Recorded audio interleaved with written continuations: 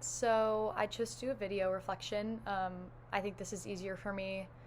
Um, Writing kind of like my thoughts about this kind of stuff really stresses me out and wording it in a correct way.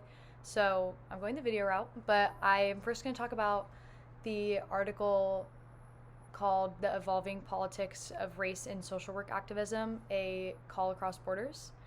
Um, this was very interesting to me, and one of the first points that was in the article was that social work's activism reflects social work's evolving focus, which, as simple as it sounds, I didn't really think about it that way. Um, just as it says, like, I'm so focused on, what I like to focus on and what's important to me.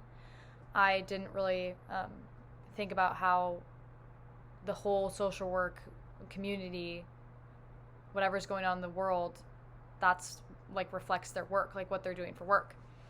Um, like for example, like I am taking this from the article, labor, like the labor movements, healthcare, child labor, child welfare, civil rights, women's rights, um, which is good because being involved in social work means that you can advocate for world issues that involve multiple communities, or you can go a route of where you are involved in what is most important to you and what you want to advocate for. And I think that's important to understand because, once again, I always knew I just wanted to help people, but I like being in these classes now that I'm kind of understanding like the technicalities behind social work and what exactly goes on and like what it means.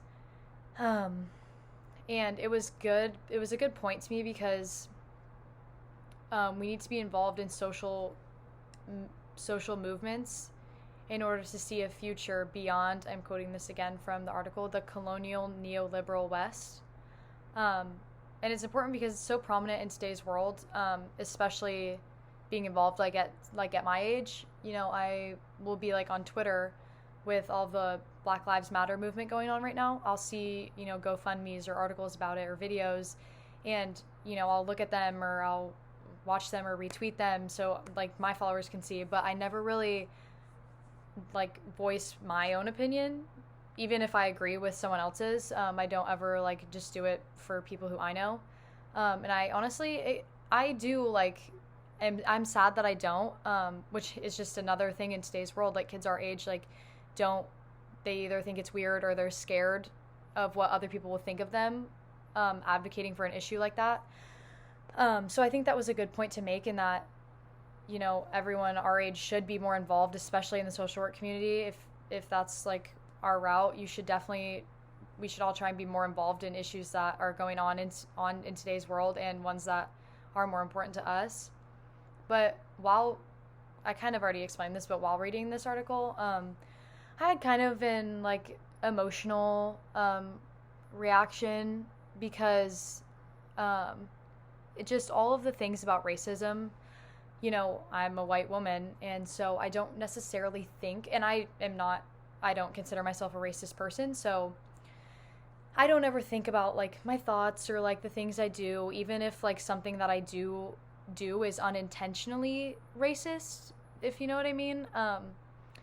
Even like I'm gonna tell a story. So like one time, or I'm from Ohio, so I was driving to Kansas for school in early August, and I drove by myself. I made a 12-hour drive. It was my second time doing it alone, but I was at a standstill stop in St. Louis right after I had just crossed the border, and I was out of gas, and we were at a standstill, so I was like, okay, I really need to get gas. Like, my parents tell me not to stop in St. Louis just because it's pretty unsafe, but I did it anyways. I stopped at a Quick Trip. There were a lot of people around, seemed safe, but so I'm pumping my gas, and I called my mom just to be safe, and a man who happened to be African American walked out of the building and came to my car. And immediately I was on the phone with my mom, and I was just kind of like, I kind of like froze almost, even though nothing had happened yet. He was just walking right towards me. I thought maybe his car was behind me. And, he comes and stands right next to me. And so then I like back up, and I thought he was going to pass me or something. And he kind of shook his head at me, and then started walking around the other end of my car, and came and like leaned on the trunk of my car right next to me while I'm pumping my gas. And that made that then I started to get uncomfortable. but almost unreasonably uncomfortable. I started to freak out a little bit, and I started to back up, and I tripped over the gas pump that was in my car. And then he, like, I don't know, he got very aggressive and rude. And then I also turned around and there's no car behind me. Like, it's just like he came and stood next to me. But, and so I got in my car and drove away. But one of those thoughts was, you know, as I hate to say it, as I'm not racist, but I was like, this sketchy African American man is, you know, walking towards me and won't leave me alone.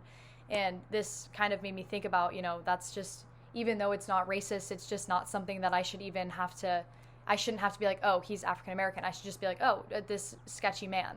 Like, I shouldn't have to distinguish his race or anything like that. So that kind of, you know, pushed me into thinking about it, because it's just something that I thought, you know, even though I think that way, I'm still not racist. It doesn't matter, but it does. But in that article, same with, you know, feeling sad about it. It was challenging. It's challenging to think about, you know, racism and stuff, because I'm a white woman. Like I said, I'm not racist, but just some of the things, like I said, just unintentional, and it's hard to get out of that habit. So, you know, after reading this, I'm going to really try and, you know, think about those random things that I think in my head, like that time at the gas station and stuff like that, and really try and evaluate, like, when that happens and how often I think about it, and like how I can change that and make it better. Other than that, I really liked this article, and I do enjoy learning about race and social work activism and how to get involved, and especially it's very prominent with the Black Lives Matter movement, and so I really liked this article.